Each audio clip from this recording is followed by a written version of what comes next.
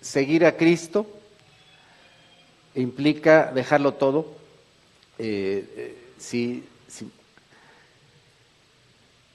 Que nadie llega al Padre si no es por medio de Cristo Jesús, ya que solamente en Cristo Jesús hay salvación, que hay un solo mediador entre Dios y los hombres, que es Cristo Jesús, que el ser salvo implica negarnos, lo cual nos lleva a morir a nuestro viejo hombre,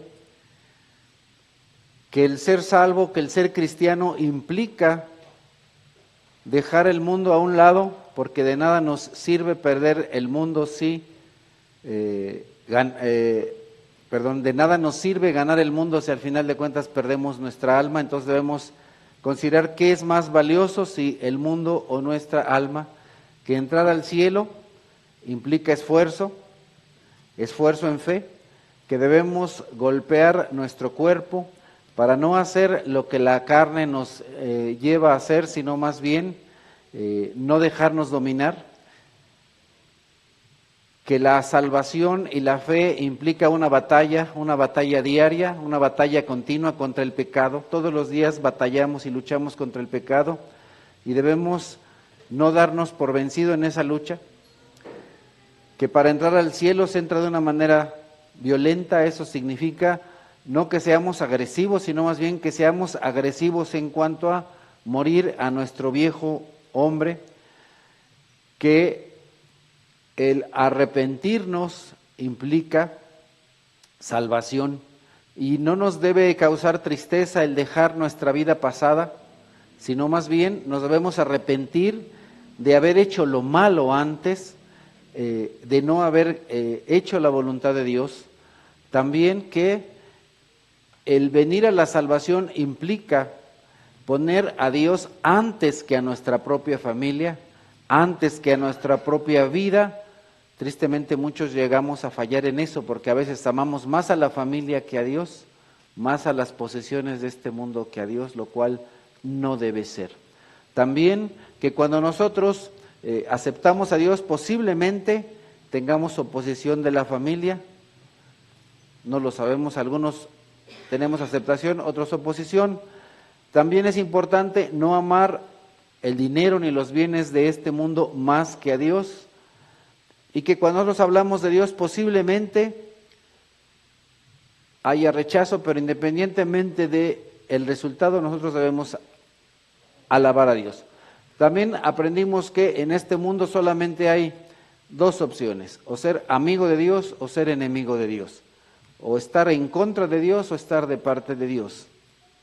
Y como nosotros no sabemos en qué momento viene nuevamente el Señor Jesucristo, debemos cada día de nuestras vidas esforzarnos por hacer lo bueno, lo correcto, porque no sabemos si el Señor viene hoy.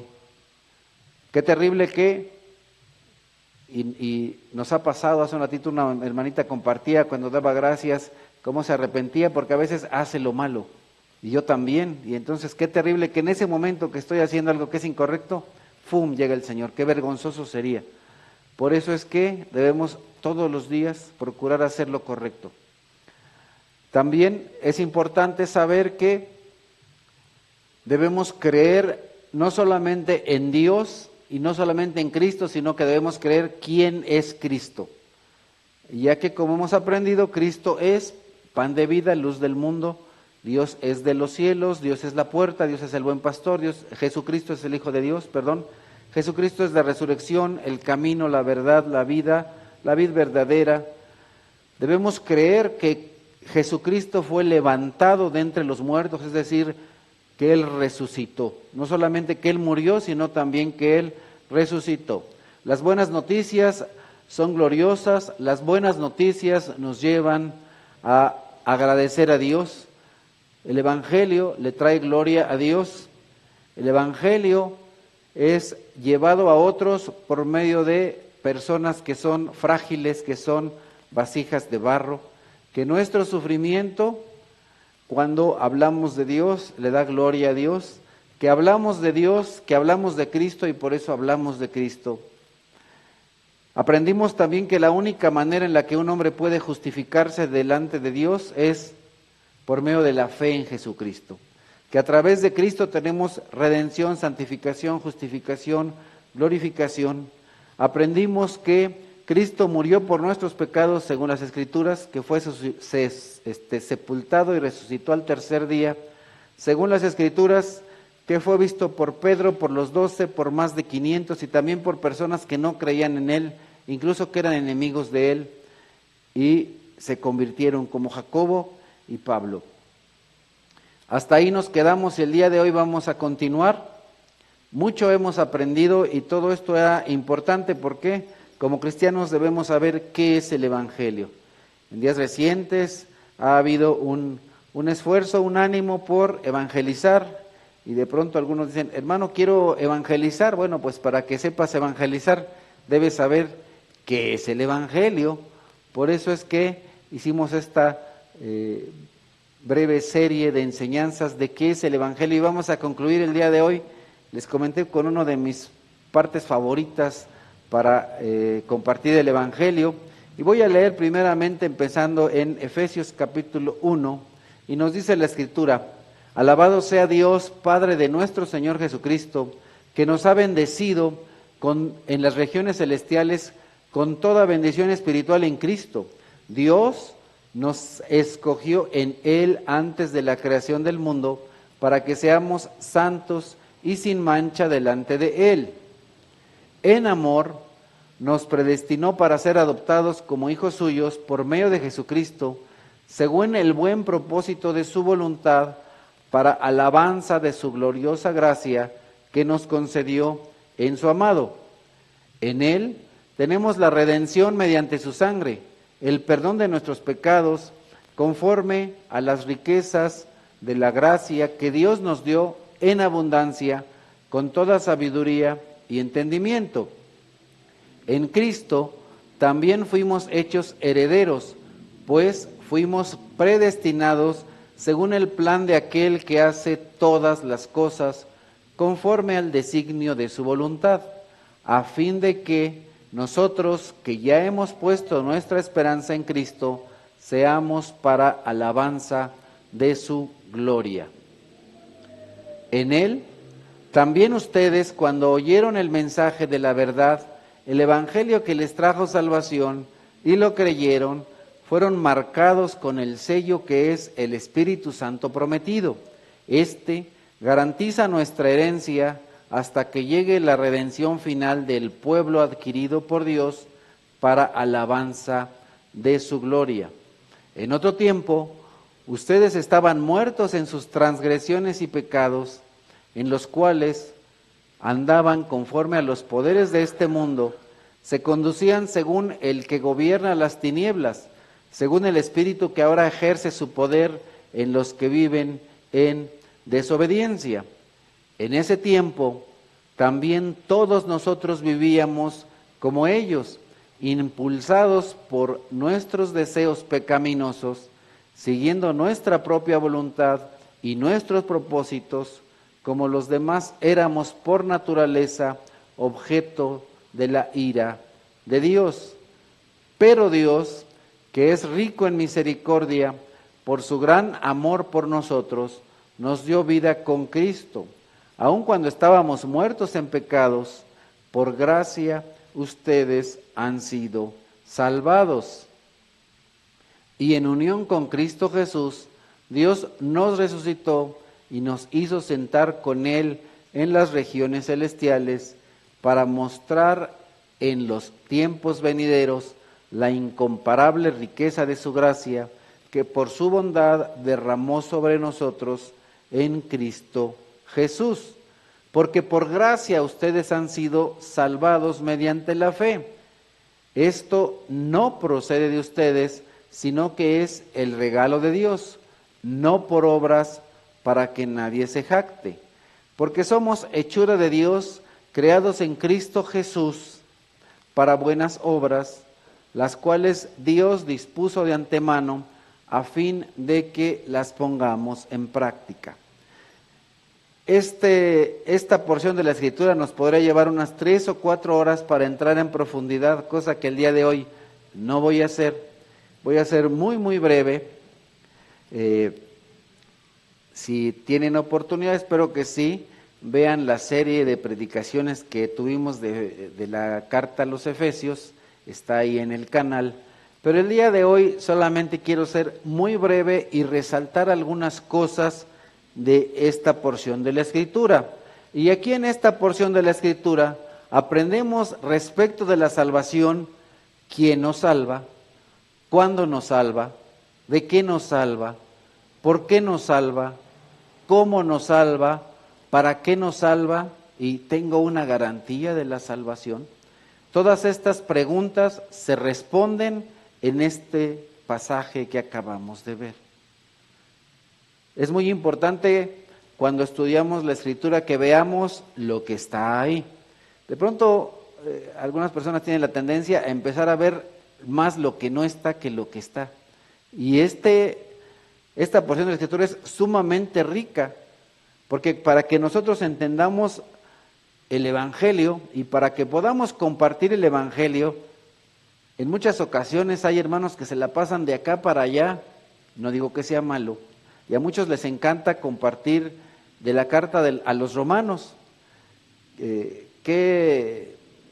le llaman el camino romano. ¿Qué inconveniencia le veo yo a esto? Que andan saltando de acá para allá, de un libro a otro, de un pasaje a otro, cuando, por eso les dije que este es uno de los pasajes que más me encantan para el Evangelio, porque no tienes que pasarte de acá para allá, porque todo está aquí. La respuesta a todas estas preguntas está en esto que acabo yo de leer. Y solamente los resalté, y no me voy a meter a gran explicación de ellos, porque están ahí en la Escritura. Respecto de la salvación, ¿quién nos salva? ¿Quién nos salva? Efesios capítulo 1, ya lo leí todo eso desde el capítulo 1, pero solamente estoy resaltando. Dice la Escritura en los versículos 3 y luego en los versículos 5, Dios nos escogió en Él, antes de la creación del mundo. Entonces, ¿quién nos salva? Dios. Dios nos escogió. Y luego en el versículo 5 dice que nos predestinó para ser adoptados como hijos. Así es que ¿quién te salva? Dios. Dios nos escogió y Dios nos predestinó para ser salvos. Dios nos predestinó para ser hijos. Eso es algo tremendo. Es importante saber que Dios, desde antes que creara el mundo, te escogió para ser salvo. Te escogió para ser su hijo. Eso es importante. Dios ya te predestinó. Entonces, respecto de la salvación, siguiente pregunta, ¿cuándo? ¿Cuándo fue que Dios decidió salvarte? No es que como tú empezaste a hacer cosas terribles, entonces dijo Dios, ups, lo voy a salvar. No. Desde antes que Dios creara el mundo, Dios ya había decidido salvarte. ¿Desde cuándo Dios decidió salvarte? Desde antes que Dios creara el mundo, Dios había decidido salvarte. Salvación. Bueno, pero, y ahora viene otra pregunta. ¿De qué me salva Dios? Tú vienes a compartir con alguna persona y dices, bueno, pero ¿y de qué me va a salvar Dios? ¿De qué me salva? Está en este mismo pasaje y vamos a Efesios capítulo 2. Dice la Escritura, en otro tiempo ustedes estaban muertos. Entonces, primera cosa de la que Dios te salva es de la muerte. Hay dos tipos de muerte, bueno, tres tipos. La muerte física, todas personas, independientemente de su religión o de su credo, aceptan, reconocen, aún los filósofos reconocen que hay algo que le llaman muerte física, que es cuando el alma o espíritu se separa del cuerpo, eso es la muerte física. Hay otro tipo de muerte, que es la muerte espiritual. Una persona puede estar viva en este mundo, pero espiritualmente muerta. La palabra muerte significa separación, es decir, una persona puede estar espiritualmente separada de Dios. ¿Qué es la muerte? Separación. Entonces, cuando una persona está separada de Dios, está muerta. Hace un momentito unas personas compartían en su testimonio, en su agradecimiento, que se están acercando a Dios. Es decir, están empezando a tener vida, porque antes estaban, ¿qué? Muertos, es decir, separados de Dios. La persona separada de Dios es una persona muerta. Entonces, en cualquier momento yo puedo salir a la calle y puedo decir, veo gente muerta. Ok, veo gente muerta. Y nosotros le predicamos a gente muerta, es decir, a gente que está separada de Dios. Y otro tipo de muerte que es la segunda muerte, que es la muerte eterna. Pero en este pasaje, a los muertos a los cuales se refiere no es a los muertos físicos ni a los de la segunda muerte, sino a los que están vivos y están espiritualmente separados de Dios. Entonces, ¿de qué te salva Dios? De estar separado de Él. Primera cosa de la que Dios te salva es de la muerte espiritual. Segunda cosa que dice aquí, en sus transgresiones y pecados. Entonces, ¿de qué te salva Dios? Del pecado. ¿Y cuál es el pecado mayor del que Dios te salva? Si ustedes recuerdan, y eso lo vimos el día de hoy, antes de empezar la predicación, ¿qué aprendimos hoy? ¿Cuál puede ser el mayor pecado de una persona? No tiene nada que ver con los 10 mandamientos, o con que si eres bueno o malo. ¿Tiene que ver con qué? Con no reconocer quién es Dios. El transgredir, el no reconocer quién es Dios, ese es el pecado. Ese es el mayor pecado. ¿De qué te salva Dios? De que no reconozcas quién es Él. De eso te salva. Continúa diciendo aquí Pablo, en los cuales andaban conforme a los poderes de este mundo, se conducían según el que gobierna las tinieblas. La tercera cosa de la cual Dios te salva es de ser manipulado por el diablo. Las personas no se dan cuenta, pero este mundo en el que vivimos está manipulado, está gobernado por el diablo. Y muchas personas no se dan cuenta que viven bajo ese poder, porque Él ejerce su poder en los que viven en desobediencia. ¿Cuántas personas no viven en desobediencia a Dios? Y ellos no se dan cuenta, pero están siendo manipulados ¿por quién? Por el diablo, por el diablo. Versículo 3 dice, en ese tiempo también todos nosotros vivíamos como ellos, impulsados por nuestros deseos pecaminosos, siguiendo nuestra voluntad y nuestros propósitos. Entonces en este mundo puedes hacer o la voluntad de Dios o la voluntad del diablo. ¿Qué es lo que el diablo quiere? Que no hagas la voluntad de Dios, que hagas tu voluntad, tus propósitos. Cuando tú haces tu voluntad y tus propósitos, no te estás dando cuenta, pero estás siendo manipulado por el diablo para ir en contra de la voluntad de Dios. De eso Dios te salva, de el pecado. Y dentro del pecado que comentábamos hace un momentito es hacer tu voluntad. O haces la voluntad de Dios o haces tu voluntad. Y ese es el pecado del cual Dios te salva. Y finalmente, todo esto lleva ¿a qué? Al enojo de Dios, a la ira de Dios. Por lo tanto, Dios nos salva, como lo vimos aquí anteriormente, de la muerte, del pecado, de la influencia del diablo y de la ira de Dios. De esas 4 cosas Dios te salva. ¿De qué te salva? De la muerte, del pecado, de la influencia del diablo y de la ira de Dios, del castigo de Dios. Pero, ¿por qué me salva Dios? ¿Por qué? ¿Por qué te salva Dios? ¿Por qué me salva Dios? Primeramente, como lo dice la Escritura, según el buen propósito de su voluntad, es decir, y perdón por la frase, porque quiere. Dios te salvó porque te quiso salvar. Así de sencillo. Pero no solamente Dios te salvó porque te quiso salvar, sino que Dios también te salvó por su ¿qué? por su gran amor. ¿Por qué me salvó Dios? Porque me quiso salvar y por su gran amor. Tremendo. Pero ¿cómo le hizo Dios para salvarme? ¿Cómo? Está ahí, en el versículo 7. Mediante la redención, haciendo una redención, es decir, haciendo un pago. Él pagó por mis pecados. ¿Cómo fue que pagó? Por medio de la sangre. ¿La sangre de quién? De Jesucristo. ¿Cómo fue que le hizo para salvarme? Pagando mis pecados, enviando a su Hijo Jesucristo para morir por mí en una cruz. Así es como Dios me salvó. Y la segunda parte del cómo me salvó está en los versículos 4 al 5 del capítulo 2. Por su gracia,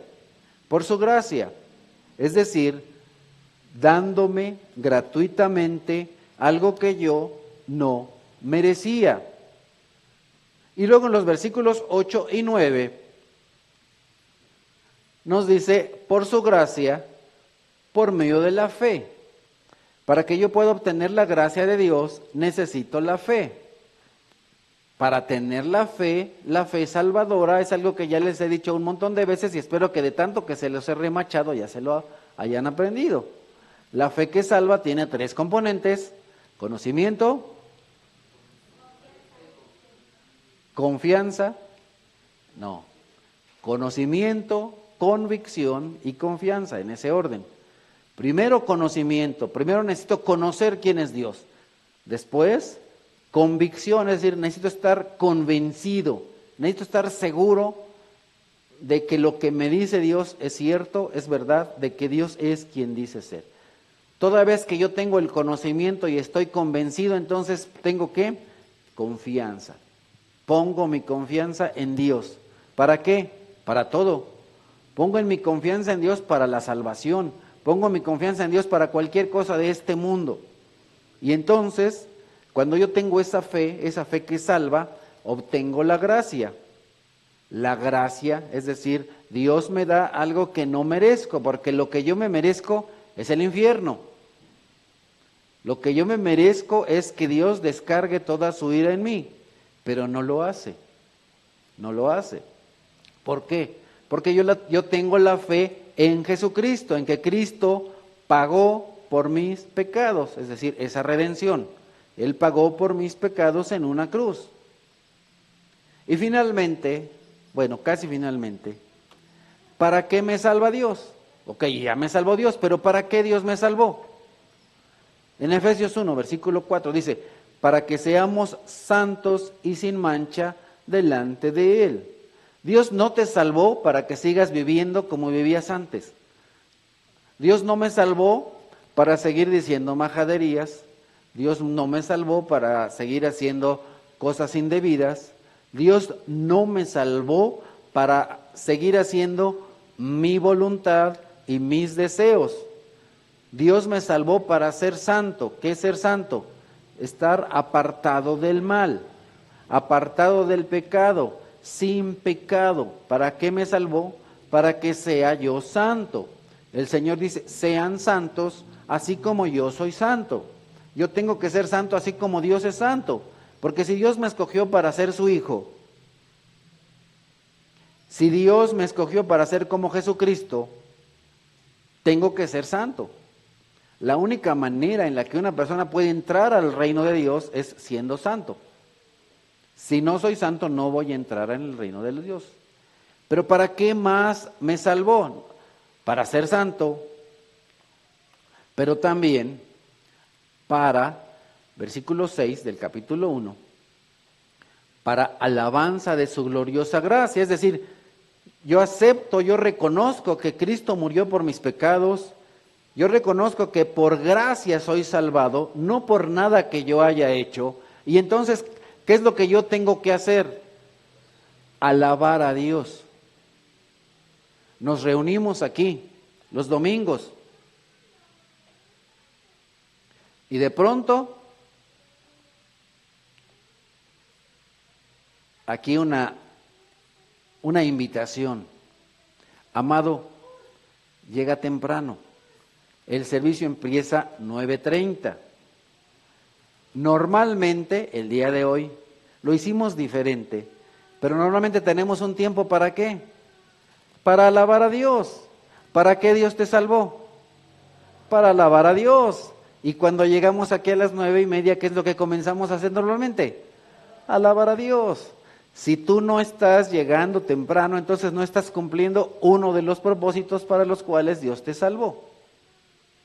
Dios te salvó para su alabanza, para que tú alabes, para que tú digas, Señor, yo no merezco ser salvado, pero tú me has salvado, tú mandaste a tu Hijo Cristo Jesús para morir por mis pecados, te alabo, te bendigo, eres grande, eres maravilloso, eres tremendo, eres bárbaro, eres lo máximo.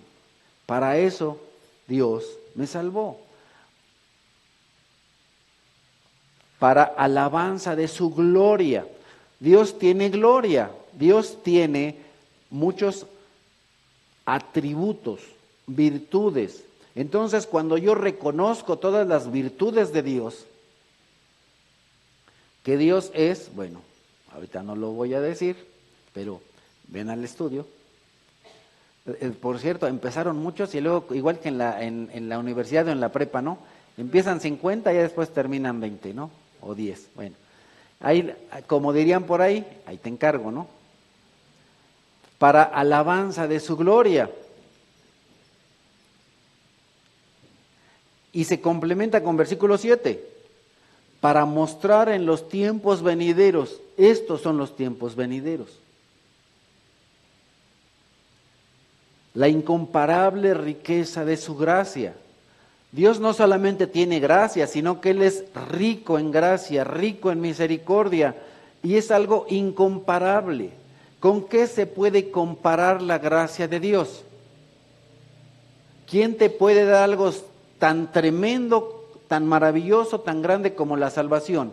¿Quién te puede dar algo tan grande como irte al cielo? A pesar de tus pecados cochinotes iguales, tal vez no tan gachos como los míos, pero cochinos y puercos. ¿Quién? Nadie, nada se puede comparar con la riqueza de su gracia. Entonces Dios quiere que tú muestres la gracia de Dios. Que tú les digas a las personas, mira, así como ves de bien horrible y bien cochinote, Dios me salvó.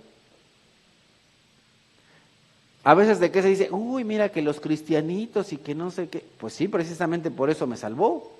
Pues si no te piensas que me salvó Dios por guapo ni por bueno, sino precisamente porque necesitaba ser salvado.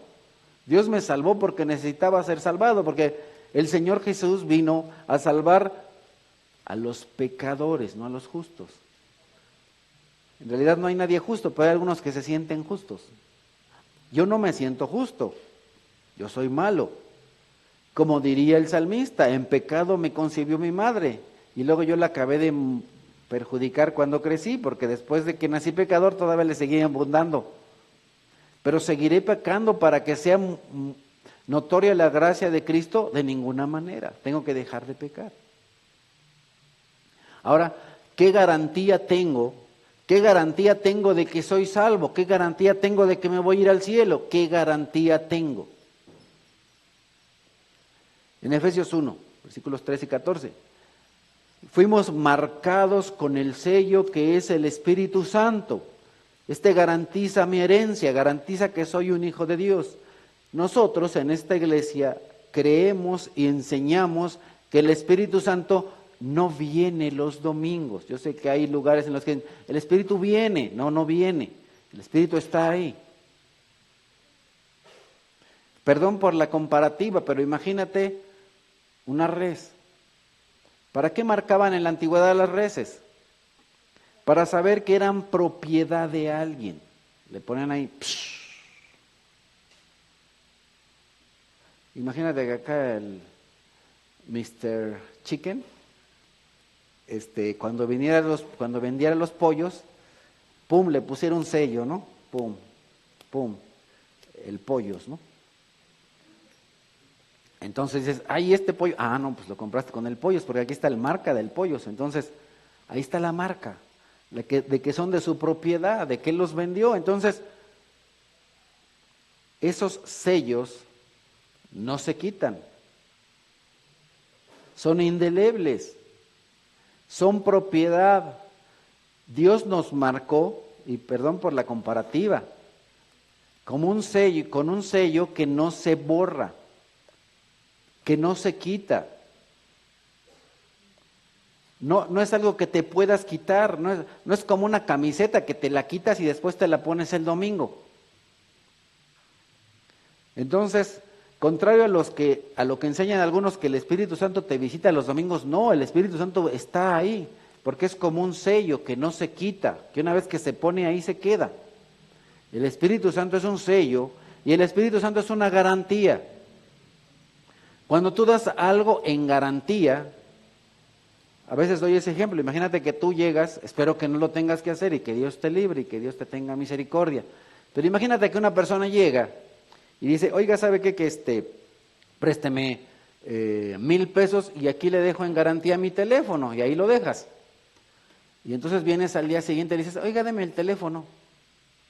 No, pues espérate, esta es la garantía de que te di 5,000 pesos. Entonces, hasta que no me pagues los 5,000 pesos, no te puedes llevar el teléfono, porque esa es la ¿qué? La garantía. Y el Espíritu Santo es una garantía. Las garantías no se están llevando y trayendo, la garantía se queda ahí. Un depósito en garantía se queda ahí hasta que recibas lo que vas a recibir. ¿Qué es lo que vamos a recibir? Una herencia. ¿Qué es lo que vamos a recibir? La vida eterna. ¿Qué es lo que vamos a recibir? El reino eterno. ¿Qué es lo que vamos a recibir? El estar eternamente en la gloria y en la presencia de Dios. Por lo tanto, el Espíritu Santo no va y viene ni nos visita los domingos. El Espíritu Santo está y vive. La Escritura no dice que el Espíritu Santo visita al creyente. La Escritura dice que el Espíritu Santo vive en el creyente. El Señor Jesucristo dijo, y haremos morada o habitaremos en ustedes. No dice visitaremos. Aquí en esta iglesia el Espíritu Santo no nos visita, vive en ti. Muy sencillo, ¿verdad? Muy simple. ¿Qué aprendimos el día de hoy? Les dije que la predicación de hoy iba a estar muy ligera. Bueno, en realidad no es ligera, porque si analizas es profunda, porque es tu salvación, es tu vida entera. El tiempo fue corto, pero ¿qué aprendimos el día de hoy? Básicamente esto. ¿Quién nos escogió? Dios nos escogió, Dios nos predestinó. ¿Cuándo decidió salvarnos? Antes de la creación del mundo. ¿De qué nos salva? De la muerte, de los pecados, del diablo y de la ira de Dios. ¿Por qué nos salva? Por su voluntad y por su gran amor. ¿Cómo nos salva? Haciendo el pago de nuestros pecados por la muerte de Jesucristo. ¿Cómo nos salva? Por gracia. ¿Cómo nos salva? Mediante la fe. ¿Para qué nos salva? Para que seamos santos y sin mancha delante de Él, para la alabanza de su gloriosa gracia, para la alabanza de su gloria y para mostrar a las personas lo incomparable que es la gracia de Dios. ¿Tengo una garantía de mi salvación? Sí. El sello o la marca del Espíritu Santo. Eso es lo que aprendimos el día de hoy. Eso es lo que tú aprendes cuando lees cuidadosamente Efesios capítulo 1 y capítulo 2. De esa manera tú puedes, ahora sí, compartir correctamente el Evangelio. Ok, y si se dieron cuenta el día de hoy no me pasé a un libro y a otro. ¿Por qué? Porque quiero que tú aprendas que por medio de estos sencillos pasajes, tú puedes responder las preguntas más básicas respecto de la salvación. ¿Cuánto me tardé? Pues no sé, pero pues poquito.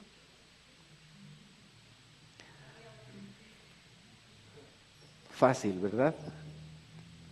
Me puedo tardar 3 horas en esto, y lo he hecho, pero el día de hoy les quise mostrar que de una manera muy simple, y sin andar brincando de acá para allá, tú puedes responder El quién, cómo, cuándo, para qué, por qué, respecto de la salvación. Amado Dios, te doy muchas gracias por la salvación que tenemos en Cristo Jesús. Te doy gracias, Santo Señor, porque por gracia hemos sido salvados. Porque no hemos hecho nada para merecernos esta salvación tan grandiosa, tan gloriosa.